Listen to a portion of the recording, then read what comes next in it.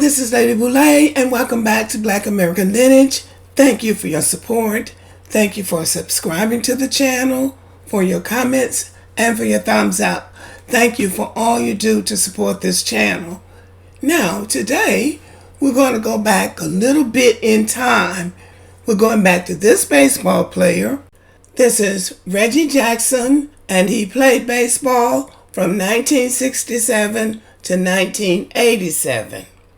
He began his baseball career here in Rickwood Field in Birmingham, Alabama. It was the Birmingham Barons, and that's the team that you play with. It's a minor league club. You play in this club before you go up to the big leagues. So he did his training, you might say, here at Rickwood Field in Birmingham. And also, just to give a little historical background, the Birmingham Black Barons of the Negro League also played here at Rickwood Field.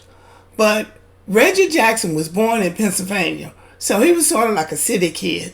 And coming to Birmingham in 1967, he said he wouldn't wish that on anybody. Wouldn't wish it on anyone. Major League Baseball icon Reggie Jackson details racism he faced. In the 1960s, Reggie Jackson's budding baseball career took the now legendary outfielder to Alabama, where he was regularly singled out, called the N-word, and denied service at businesses. And in 1967, I can assure you, he was not exaggerating. As an Alabamian myself, it didn't even end in 1967. But you don't always run. Sometimes you just have to stand and then stand. And then you will see, if you stand, that sometimes you will prevail. Because in Alabama now is completely different than it was in 1967. But things would not have changed if everybody had run. Reggie Jackson shared the harrowing details of his time in Birmingham at a Major League Baseball event Thursday night, honoring black players' contributions to the game, shedding harsh light on the racism they faced as they fought for a place in the sport and a divided American society. So yes, you have to fight for your place. That's it. Jackson, who is of black and Puerto Rican descent, played in the minors for the Birmingham A's before his big league debut. Coming back here is not easy, the Hall of Famer said before Thursday's game at Alabama's Rickwood Field, the historic home of the A's and the oldest professional ballpark in the country. Okay, I didn't know that. I walked into restaurants and they would point at me and say, "The N-word can't eat here." I would go to a hotel and they would say, "The N-word can't stay here," Jackson told a panel as he described traveling with the team. And he's telling the truth. I've heard it before. I wouldn't wish it on anyone, he said. At the time, Alabama was in the throes of desegregation, with the Ku Klux Klan having bombed the 16th Street Baptist Church in Birmingham just a few years prior. Yes, and 4 little girls got killed. Jackson credited his white friends and team manager for helping him survive his time in the South. "If I couldn't eat in a place, nobody would eat," Jackson told the panel.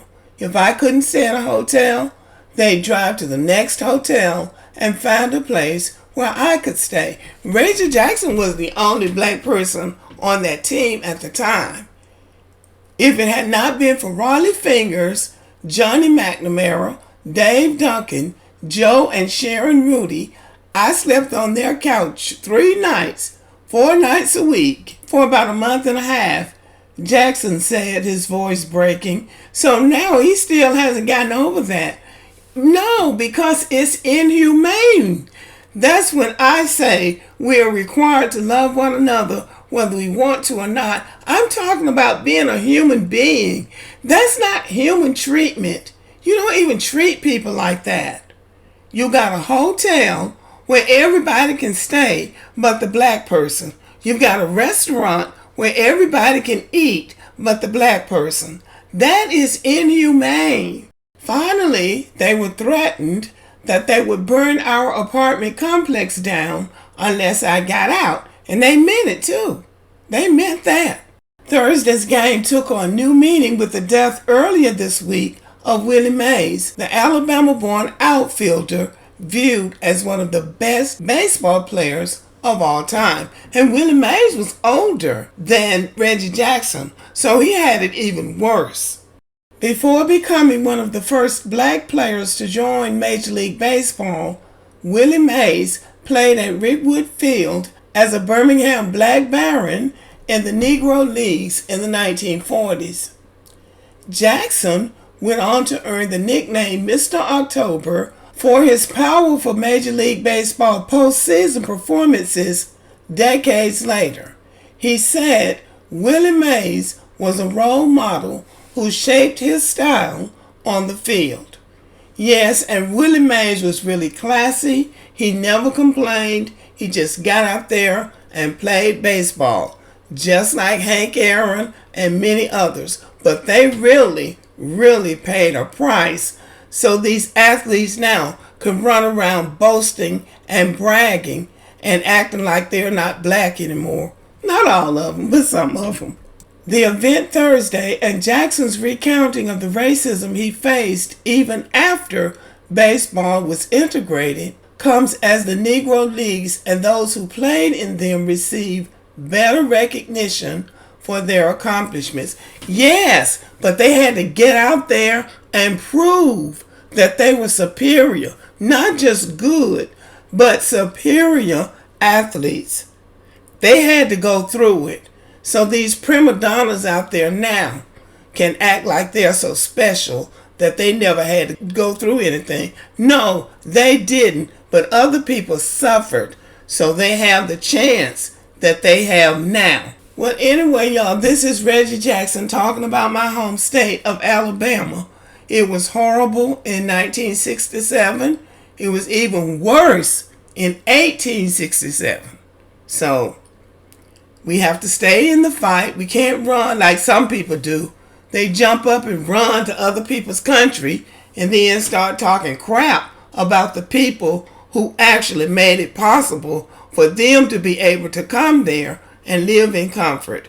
But anyway, this is the story of Reggie Jackson, and I'm glad he lived long enough to come back to Rickwood Field in Birmingham, Alabama, and tell them about themselves, because they needed to know that. Okay, y'all, thank you for listening and have a great day.